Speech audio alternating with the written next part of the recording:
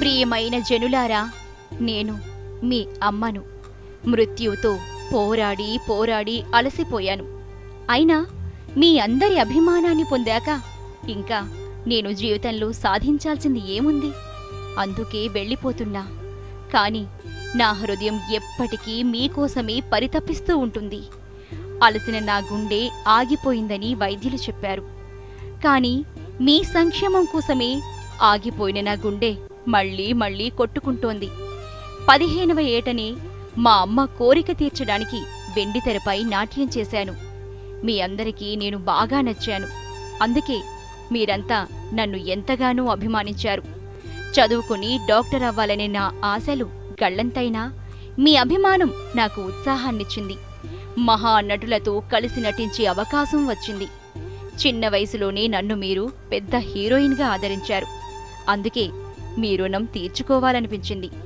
నా మీద ఇంత అభిమానాన్ని చూపించే మీకు సేవ చేయాలనిపించింది. ఎంజీఆర్ గారి అడుగు జాడల్లో నడిచి రాజకీయాల్లోకి అడుగుపెట్టాను.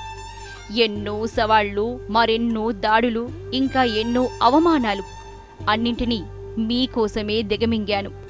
అవే నాలో మరింత పట్టుదల పెంచాయి. ముఖ్యమంత్రి పీఠం ఎక్కేదాకా అలసిపోకుండా ఉండే శక్తిని ఇచ్చాయి. నన్ను అమ్మగా మీరు ఆదరించారు, పురచ్చి తలైవిగా కీర్తించారు.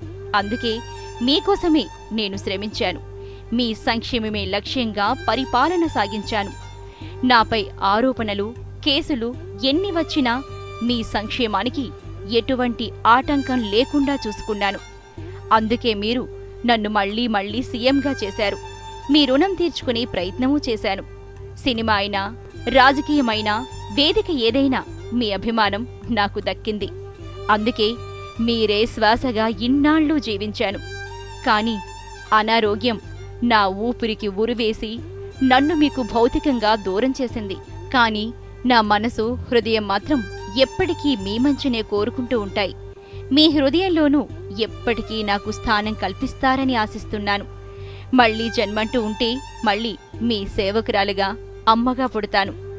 నా హృదయంలో మీరు, మీ మనస్సులో నేను ఎప్పటికీ ఇలాగే ఉండాలని కోరుకుంటూ ఇట్లు మీ అమ్మ.